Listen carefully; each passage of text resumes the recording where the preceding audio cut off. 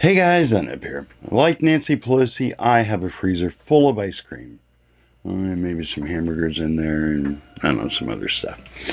But this is a chest freezer that I took camping and it's just been sitting in the cargo trailer for about a week or so now. Also, I have this refrigerator. It's full of ice cream. And I don't know, I can't really see what's in there, but you guys can. Maybe some eggs, some cheese, condiments, and whatnot. This has all been running 24/7 for a couple weeks off of my new solar setup. I am also running this window unit air conditioner and a fan and charging a couple things in the office. Also running this air conditioner on our walk-in cooler and a couple security cameras and a light. And this Wi-Fi mesh network setup that allows us to get internet into our outbuildings. All of that is hooked up to this little mobile solar power cart thing. So we have a 3,000 watt inverter and a 5,000 watt battery, both from EG4. I got those off of Signature Solar's website, all on one dolly, so I can move it around, take it anywhere I want to. Like our camping trip that we just went on up in Addie. I set up that whole setup. We'll talk about that in a minute. We have a drop cord here that I plugged in for shore power, so I can charge this up off of a landline. And then I have this cord here for the output, and that runs down to this surge protector, which is pretty much running all of those other building kind of things, the air conditioners and that kind of stuff. And that is all being powered by these six 400 wattish solar panels. So 6 of those should give me 2,400 watts of power in perfect conditions. I think the max I've ever got is about 2,200. Got these off of Canadian Solar's site a long time ago. But they were about, I don't know, 25 cents, 50 cents a watt, somewhere around in there. So that's pretty cool. And these things will charge up this little power station here in no time at all. Once I get full sun like I kind of have, well, I don't really have full sun right now, but I have some sun kind of behind the clouds. But with that, this will charge up in 2 hours, even using a full load. So that's pretty cool. I'm not the one who came up with this whole setup. I first saw this on DIY Solar with Will Prowse on the YouTubes. And he takes a whole bunch of stuff, solar stuff, inverters and batteries and panels and everything, rips them all apart, tells you what he likes, what he doesn't like, sends it back to the companies, has them fix some stuff. And then this is pretty much the best setup for a mobile cart that I found off of his site. And I really like it. I went out to the Thrivalist Fair in Addie, Washington, and I had these two TVs hooked up, playing videos in the corners of my little booth. I had Starlink with Wi-Fi router, which isn't in here. And I had that chest freezer, the refrigerator, a coffee pot, ice maker. I could even take the heater out, my little space heater. This one here, which does about 1,500 watts when it's running. I have all my drop cords and stuff in here. I ran a laptop. I ran a printer. I had this out for anybody who wanted to charge up any of their devices while they were there.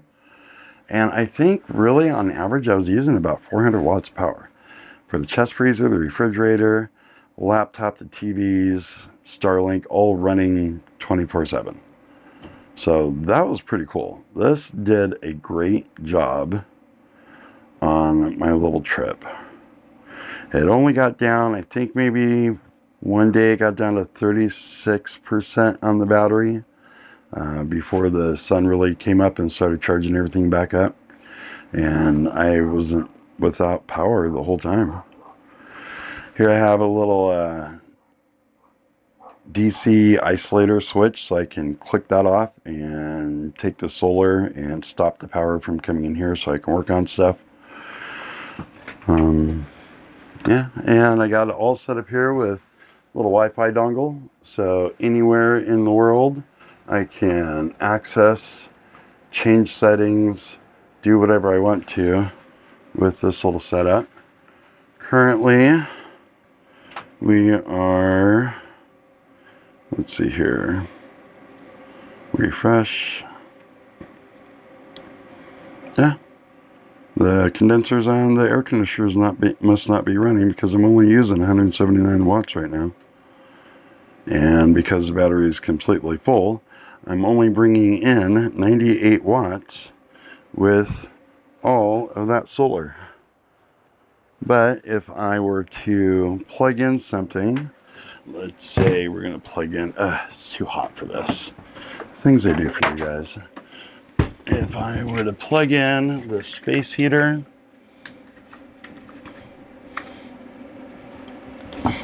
and put it onto buck wild high. Ooh, we hear that kick up. So that's on high, using about 1500 watts. And we'll refresh this a couple times to see the new power usage. Well, that is getting warm. Okay, we gotta step outside here. That is way too hot.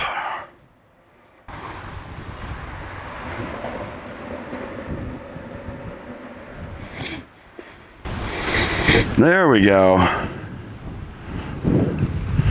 Okay, so we are now using 2,260 watts. And you can see how the solar panels automatically kicked up to 1,650 watts. And the battery is at now 99%. So even at this rate, with a little bit of sun being shadowed by those clouds, we could run this for a long time in the daytime, just basically off of solar. And you probably wouldn't have a space heater and 2 air conditioners running at the same time, but just in case you did, look at that. If you had a snowpocalypse like they did in Texas, there was a lot of sunny days after that when they had no power at all. And they had frozen houses. I mean, a heated blanket. That would have been amazing for some of these people. You can run so much off of this little setup. I think this battery, or I think this inverter was like 700-ish bucks, and the battery is about 1,300-ish. So there is $2,000. Put it on a dolly with some drop cords you have around the house, and you're set up to at least be able to have a battery backup. Then for, what is it? Panels right now are selling for about 36 cents a watt. So, I mean, even for a pallet of these is maybe $2,000, $3,000. And pallets like 14K. I mean, I could even just lay these down on the ground with no mounts, not have to worry about them flying away in the wind, because there's no wind to get underneath the ground to push them up. They're heavy enough as it is. I could just fill this whole area here with solar panels laid down on the ground and power anything I want to. So for not much money, I mean, 2,500 bucks, you can get the inverter, battery, 6 panels, and that'll be enough to run any of your chest freezers that you have, any of your internet, charge all your devices. In the event of an emergency, you just pull these 6 things out of the garage, plug it into that inverter and battery setup, and be set. Let's turn this heater off, because, and unplug it just for fun. Give it a second, and this here will kick down. There we go. And we'll watch on our app here and see that kind of turn off too. People love their Jackeries and their, I don't know, My Patriot Supply, whatever, little battery setups. For the price, for the ability, I can put 6 of these things together and have 3,000 times 6 or something like that running along, giving out power. I can hook up just a bunch of these batteries to each one of these. I could probably, I think, put 5 batteries on one of these, maybe 6, and it would have no problem at all. Solar panels, I can put a lot on there. So I can build this up or shorten it down however I want to. The nice thing about this is there's a limit, but there's not really a limit for solar power. I mean, you got the Jackeries and stuff that come with like 100-watt panels or maybe 1,000-watt panel.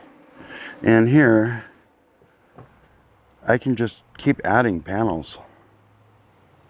I mean, each one of these is 400 some odd watts. It's a 48-volt system. So if I take this and another one, I can make 240. This is perfect for an off-grid setup. I mean, what, 650, 700 bucks? And like 1,300, 1,350, something like that. That setup right there, $2,000. And about another 1,000 in panels. A little bit in wire. I mean, the only wire I had to really buy was the blue wire to plug it into the wall, which I really don't do. This drop cord for the surge protector, that was maybe 50 bucks. Got the DC isolator just for fun. That was maybe, I don't know, 50, 100 bucks, and I remember. And then I had to get 2 of these MC4 connector kind of cables to plug into that. But it came with those ones, and it came with the power cables to plug into that.